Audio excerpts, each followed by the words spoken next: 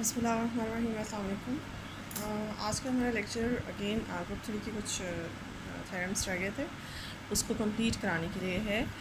ये थ्योरम आपके सामने लिखा है, ये भी आपकी मैथमेटिकल मेथड की बुक जो कि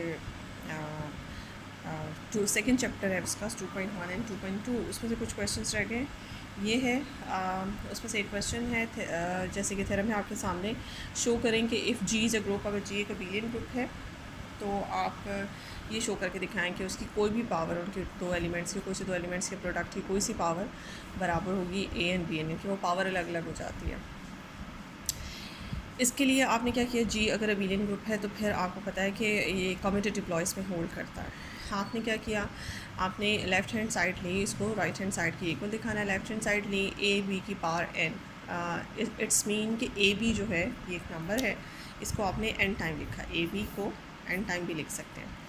उसके बाद आपने क्या किया, आपने ए सेपरेट किया और बी और ए को इकट्ठा कर लिया, ठीक है, इस तरह से। और हर स्टेप में जहाँ पे ए बी लिखा हुआ है वहाँ पे आपने बी ए को इकट्ठा कर लिया। अब बी ए को इकट्ठा कर लिया और लास्ट जो सेकेंड लास्ट आपके पास स्टेप बनेगा, उसके बाद ये बी सेपरेट हो जाएगा। जब आप बी ए को इकट्ठा करेंगे, इससे पहले जो ए बी लिखा होगा उसका बी इस ए के साथ इकट्ठा हो जाएगा और बी जो है वह सेपरेट हो जाएगा। तो फाइनली आपने ये देखा कि आपका हर टर्म में, ये एन टर्म्स हैं, उन एन टर्म्स में आपने पहला और आखिरी में, पहले में आपके पास ए बचेगा और बाद में आपके पास बी बचेगा। उसके बाद आप ये देखें, ये ए जो है अब इस ए के साथ मल्टीप्लाई होगा और आपके पास ए स्क्वायर आएगा। यहाँ साइड पे स्टेप कर देती हूँ। जब ए इस ए के साथ मल्टीप्लाई होगा तो ए स्क्वायर आएगा, ठीक है, और ये बी आपके पास बच जाएगा। अब इस बी का इस ए के साथ पेयर बनाएं, बी का ए के साथ पेयर बनाएं, और इस बी का इससे नेक्स्ट जो ए है उसके साथ पेयर बनाएं, ठीक है, और ये सिलसिला चलता जाएगा और लास्ट में ये आपका बी स्क्वायर हो जाएगा और ये बी जो है, ये ए जो है अपने से पहले वाले बी के साथ पेयर बनाएगा, ठीक है। और फिर आप क्या करेंगी, आप चूँकि जी आपका बिलियन है, अगेन ये प्रोसेस कम्यूटेटिव लॉ लगाएंगी और आपका बी ए जो है वो ए बी में कन्वर्ट हो जाएगा। ये अगेन ए बी, जहाँ जहाँ बी ए वहाँ वहाँ ए बी, बी स्क्वायर। अब क्या होगा, ये ए इसमें एडअप करेंगी तो ए की पार्ट 3 हो जाएगी और ये अब इस बी को इस ए के साथ कंबाइन कर लें और ये सिलसिला आपके पास चलता चला जाएगा, ठीक है।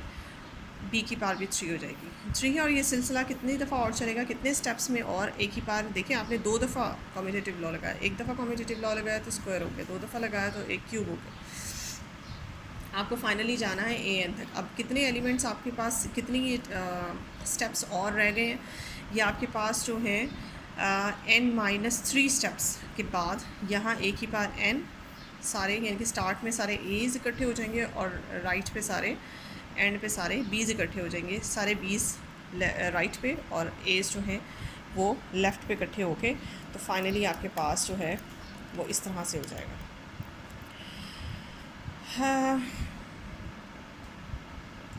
इसके बाद ये आपके पास जो रिक्वायर्ड आंसर है वो रिक्वायर्ड आंसर आपका इस तरह से अटेन हो जाएगा। नेक्स्ट है जी हमारे पास जी आपके पास एक ग्रुप है, तो शो करें कि उसके अंदर किसी भी एलिमेंट का ऑर्डर और उसके इन्वर्स का ऑर्डर बराबर होता है। दो एलिमेंट के प्रोडक्ट का या उनको जगह चेंज करके जब आप प्रोडक्ट लेते हैं, इनके ए बी का प्रोडक्ट हो या बी ए का प्रोडक्ट हो, इनकी इससे कोई फ़र्क नहीं पड़ता, दोनों का प्रोडक्ट बराबर होता है। इसके अलावा किसी एलिमेंट का प्रोडक्ट और उसके कॉन्जुगेट का प्रोडक्ट, किसी एलिमेंट का ऑर्डर और उसके कॉन्जुगेट का ऑर्डर ये सेम होते हैं। अब कॉन्जुगेट कैसे बनता है ये बात मैं आपको बता दूँ। ये कॉन्जुगेट जो है वो किसी भी एलिमेंट का बनता है कि जैसे ए का आपने कॉन्जुगेट बनाना है, तो एक ग्रुप में से आपने सेलेक्ट किया और ग्रुप में से कोई से दूसरा एलिमेंट बी सेलेक्ट कर लिया। आप उस एलिमेंट को सेंटर में रखें और जो दूसरा एलिमेंट सेलेक्ट किया है वो उसके लेफ़्ट और राइट पे लिखें। एक तरफ आप उस एलिमेंट जो दूसरा सेलेक्ट किया गया एलिमेंट है उसका उसको सिंपली लिख दें और एक दफ़ा उसका राइट साइड पे इन्वर्स लिख दें, या इन्वर्स पहले लिख लें और वो नंबर बाद में लिखने से कोई फ़र्क नहीं पड़ता। बी इन्वर्स ए बी कर लें या बी इन्वर्स कर लेंगे, उसका कॉन्जुगेट बन गया जी। इसमें आप ये देखें कि आपने सबसे पहले दिखाना है किसी एलिमेंट का और उसका इन्वर्स का ऑर्डर बराबर होता है। फॉर एग्जांपल अगर आपने एक एलिमेंट लिया, उसका ऑर्डर सपोज कर लिया कि n है, means that can be written, अगर आप अंडर मल्टीप्लिकेशन बात करें तो आप उसकी पावर में वो नंबर लिख सकते हैं और आंसर में आइडेंटिटी आएगा। अब अब आप ये चेक करना चाहते हैं कि क्या ए इन्वर्स जो कि इसका इन्वर्स बनता है ए का, उसका ऑर्डर भी एन है, तो आपने उसकी पावर में एन लिखा। अगले स्टेप में ये चूँकि पावर्स ही हैं, पावर्स इंटरचेंजेबल होती हैं, आपने फिर एन अंदर कर लिया और -1 जो है बाहर निकाल दिया। उसके बाद आपने क्या किया, इस ए को एन टाइम लिखा और इन्वर्स बाहर ही है।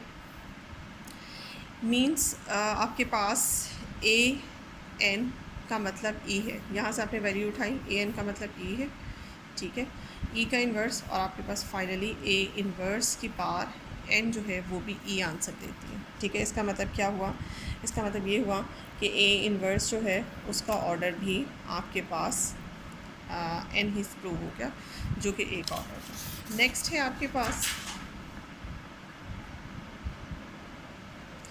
नेक्स्ट है जी आपके पास, आपने शो करना है कि ए बी का ऑर्डर और बी ए का ऑर्डर से। ए बी का ऑर्डर अगर आप फॉर एग्ज़ाम्पल सपोज करते हैं कि आपके पास एन है, तो आप इसे इस तरह से लिख सकते हैं, इसकी पावर में लिख लें तो आपके पास आइडेंटिटी एलिमेंट ही आएगा। इसको एन टाइम लिखा और ई आया। उसके बाद आपने इसमें से क्या किया, इसी पूरी लेफ़्ट हैंड साइड को बी और बी इन्वर्स से मल्टीप्लाई कर दिया, लेकिन प्री मल्टीप्लाई किया आपने बी से और पोस्ट मल्टीप्लाई किया आपने बी इन्वर्स से। राइट हैंड साइड पे तो वापस आइडेंटिटी आ जाएगा, लेकिन हुआ क्या, आखिरी एलिमेंट आपके पास आइडेंटिटी होगा, पहला एलिमेंट आपके पास बी ए बन गया और आपने यूँ पेयरिंग कर ली, जैसे हर एलिमेंट जो ए बी की फॉर्म में लिखा हुआ था अब आपने बी ए की फॉर्म में लिख लिया। तो इससे कोई फ़र्क नहीं पड़ेगा, आप जो है आपके नंबर ऑफ़ एलिमेंट अगर एन ही हैं, एन टर्म्स हैं, अगर आप इसे यूँ कहें कि एन नंबर्स आपस में मल्टीप्लाई हो रहे हैं, ये एन नंबर्स हैं जो कि आपस में मल्टीप्लाई हो रहे हैं, इस बी के आने से जब आप नई पेयरिंग बनाएंगे, बी ए बनाएंगे, तो भी आपके पास एन नंबर्स ही होंगे जो मल्टीप्लाई होंगे और लास्ट नंबर जो है इसके साथ आइडेंटिटी दे देगा। ये आपने जो बी ए के पेयर्स बनाए हैं ये आपके पास एन टाइम्स लिखे हुए हैं। Now you can write B A की पावर एन, और यहाँ से पता चलता है कि बी ए का ऑर्डर भी आपके पास एन है। उसके बाद अब आपने लास्ट वाला काम करना है कि एलिमेंट और उसके कॉन्जुगेट का ऑर्डर बराबर करना है। जैसे कि मैंने आपको बताया, अगर आप एक एलिमेंट लेते हैं, उसका ऑर्डर सपोज करते हैं एन, तो आपने उसका कॉन्जुगेट बनाना है। ये this is called the conjugate. Conjugate hopes हो कि आपको समझ आ गया होगा, जिस भी एलिमेंट का कॉन्जुगेट बनाना है उसको सेंटर में रखना है और उसके साइड पे कोई दूसरा एलिमेंट रखना है और उसका इन्वर्स भी साथ में रखना है, ठीक है। अब यहाँ बी भी हो सकता है, सी भी हो गया, लेकिन कॉन्जुगेट ए का कहलाएगा, बी का कॉन्जुगेट नहीं है। This is called the conjugate of A with respect to the element B. अगर आप इस तरह का कोई कॉन्जुगेट बनाते हैं, C A C inverse, this is called the conjugate of A with respect to the element C, ठीक है। तो आप बहुत से कॉन्जुगेट बना सकते हैं एक एलिमेंट के, क्योंकि जी के अंदर बहुत से एलिमेंट्स हैं, हर एलिमेंट की रिस्पेक्ट से ए का कॉन्जुगेट बन सकता है, ठीक है। तो आप जैसा मर्ज़ी बना लें, जैसे कि आपके सामने है, लेकिन ये आप जनरल काम कर रहे हैं कि किसी भी कॉन्जुगेट का ऑर्डर दिखाना है कि उस एलिमेंट के ऑर्डर के बराबर है। आपने क्या किया, जो एलिमेंट का ऑर्डर है वही इसकी पावर में रखा, इसका मतलब है ये कॉन्जुगेट एन टाइम्स लिखा जा सकता है। ये देखें, अब इसमें अगर आप इसे मल्टीप्लाई करें दो कंसेक्टिव टर्म्स को, तो ये बी इन्वर्स बी के साथ मल्टीप्लाई होकर आपको आइडेंटिटी देगा, यानी कि, और ये ए बच जाएगा आपके पास। ये ए जब इस ए के साथ मल्टीप्लाई होगा तो ए स्क्वायर कर देगा। यहाँ पे भी अगली टर्म में बी पहले है, तो ये बी अगली टर्म में बी इन्वर्स के साथ मल्टीप्लाई होके ख़त्म हो जाएगा, यानी कि बीच में जितने बी इन्वर्स और बीज़ आ रहे हैं वो सब आपस में ख़त्म हो जाएंगे और आपके पास सिर्फ बीच में बीज़ एज़ बचेगा, और शुरू में एक बी इन्वर्स और लास्ट में एक बी, शुरू में एक बी और लास्ट में एक बी इन्वर्स बचेगा। तो अगले स्टेप में ये ए सारे मल्टीप्लाई होके और ए कितने टाइम्स होंगे, ये एन टाइम्स होंगे, और एक ही बार एन होता है, वापस आपके पास ये आता है। इसका मतलब है इसकी पावर एन लेने से भी आपके पास आइडेंटिटी है। इट्स मीन कि आपके पास इसका ऑर्डर भी एन है, किसी एलिमेंट का ऑर्डर उसके कॉन्जुगेट का ऑर्डर बराबर। एक और क्वेश्चन है हमारे पास, ये सिंपल सा है कि एच और के हमारे पास कोई से दो सब ग्रुप्स हों अगर किसी फाइनाइट ग्रुप के, तो शो करें कि आप किसी भी एलिमेंट जी को सेलेक्ट करते हैं, उसको एच इंटरसेक्शन के से, ये जो सेट है इसको लेफ़्ट साइड से मल्टीप्लाई करें, या उन सेट्स को एच और के को अलग अलग मल्टीप्लाई करते हैं और उनका इंटरसेक्शन ले लें, तो ये दोनों जो हैं वो आपस में बराबर होते हैं। इसको कर लेते हैं। इसमें आपका जो टारगेट है वो आपने H intersection K is a subset of G H intersection G K, एक दफ़ा ये दिखाना है, और एक दफ़ा आपने जी H intersection G K is a subset of G times H intersection K. ये दो काम आपने करके दिखाने हैं, ठीक है। इसमें से अगर आप फॉर एग्ज़ाम्पल पहला पहला काम, अगर पहली इक्वेशन प्रूव करना चाहते हैं तो इसमें आपको एक एलिमेंट लेना पड़ेगा लेफ़्ट साइड से। लेट एक एलिमेंट उठाते हैं जी टाइम्स एच इंटरसेक्शन के से। अब ये मैं आपको बता दूं कि जी टाइम्स एच इंटरसेक्शन के जो सेट है वो उसमें एलिमेंट्स की शेप किस तरह की होगी। इसमें होगी for example GX1 GX2 and so on.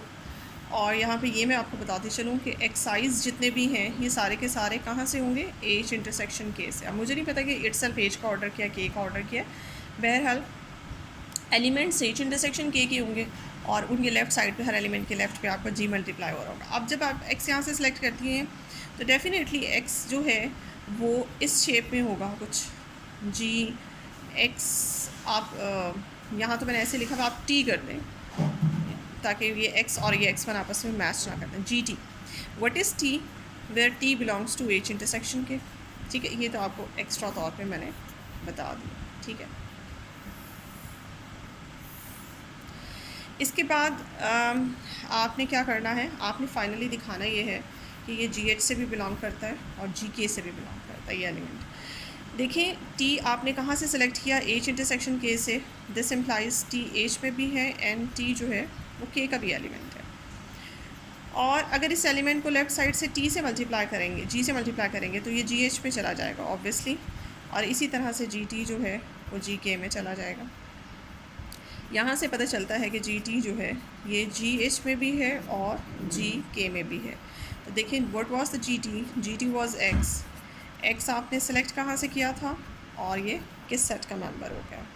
ठीक है, तो ये आपके पास है, सिंस आपने ये उठाया था इसमें से, this implies G H intersection K is a subset of G H intersection G K. एक डायरेक्शन जो है इक्वेशन 1 को हमने प्रूव कर लिया। अब हमारे पास आती है नेक्स्ट इक्वेशन।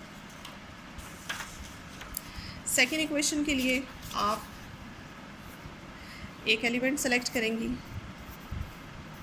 जी एच इंटरसेक्शन जी के में से। इसका मतलब है ये जी एच में भी है और जी के में भी। अगर जी एच में है तो इसकी शेप कुछ इस टाइप की होगी, एंड अगर जी के में है तो इसकी शेप कुछ इस टाइप की होगी, जी के वन। फॉर के वन जो है वो के का एलिमेंट है और एच वन जो है वो एच का एलिमेंट है। ठीक है, अब because these two are equal, this implies G H one is equal to G K two, because दोनों y के बराबर है, इक्वेट किया तो ये निकला। अगर मैं यहाँ पे जी इनवर्स अप्लाई करती हूँ दोनों तरफ तो रिज़ल्ट क्या निकलता है, H one is equals to H one is equals to K one है, H one is equals to K one. यानी कि अगर आप कोई भी, यहाँ से ये पता चलता है कि आप कोई भी एलिमेंट अगर जी एच इंटरसेक्शन जी के में से सेलेक्ट करते हैं तो वो एलिमेंट ऐसा होता है कि उस एलिमेंट उस एलिमेंट में जो एच का मेंबर आप सेलेक्ट करते हैं और जो के का मेंबर सेलेक्ट करते हैं वो बेसिकली दोनों सेम ही होते हैं। अब यहाँ से आप देखें कि एच वन वैसे तो एच का मेंबर है और के वन जो है के का मेंबर है, लेकिन यहाँ से एक चीज़ पता चलती है, इस एंगल से देखें तो ये एच में ही है, लेकिन अगर आप इस एंगल से देखें तो एच कहाँ चला गया, के में था ये एच का मेंबर या एच का एलिमेंट, लेकिन ये चला गया के में। इसका मतलब ये है कि एच वन एच में भी है और के में भी है, यानी कि इंटरसेक्शन में है। और यही बात और करके आप ये भी लिख सकते हो, के वन के लिए भी लिख सकते हो, के वन के का एलिमेंट है और साथ ही साथ लेफ़्ट साइड से देखा जाए तो ये एच में भी चला गया, बिकॉज ये एच के किसी एलिमेंट के बराबर है। तो इसका मतलब ये हुआ कि के वन जो है ये चला गया, ये भी एच इंटरसेक्शन के में है।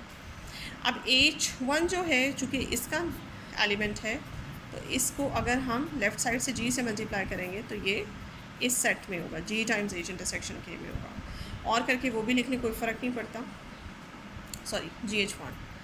ठीक है, तो जी एच वन क्या था, जी एच वन आपका वाई था। This implies Y belongs to G H intersection K. ये काम यहाँ से भी करेंगे तो सेम रिज़ल्ट निकलेगा। ठीक है, तो अब आपने क्या किया, आपने y उठाया था जी एच इंटरसेक्शन जी के में से और वो आ गया जी टाइम्स एच इंटरसेक्शन के में।